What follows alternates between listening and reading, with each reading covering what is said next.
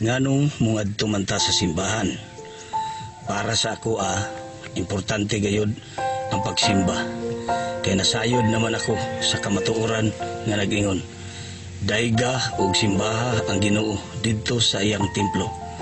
Busa nagpadayon ako sa pagsimba sa Ginoo bisan layo ug lisod ang dalan.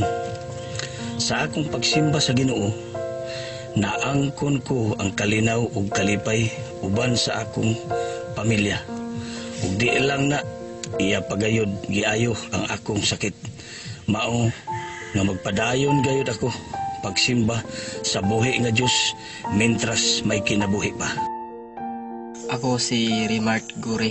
Nganong kinahanglan ang cell group tungod kay pinaagi niini naagayod ang kabag-ohan.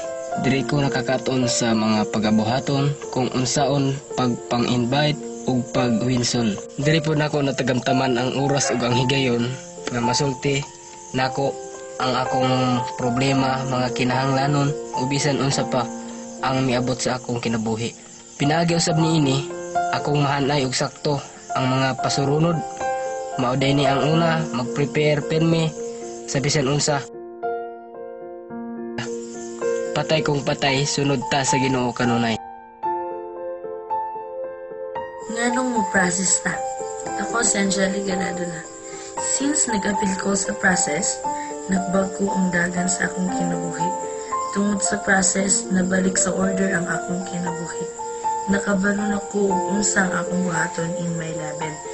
Tungod ani nga process o training, natabangan ko ug unsaon mag-lead og tao.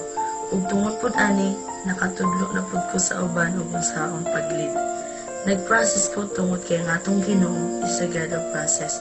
So dapat kabalusad ta mosunod sa Ginoo. Kaya nagtuo ko nga kung gusto nimo nga ang tanan maanaa sa sakto, sunod sa proseso nga gihimo ni Kristo.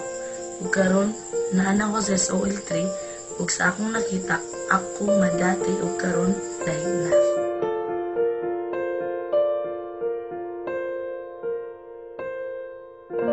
Nganong kinahanglan ta mag-devotion matag adlaw? Kay mao ni ang basic sa usa ka anak sa Ginoo. Pinaagi niini mulig-on ang atong relasyon kang Kristo.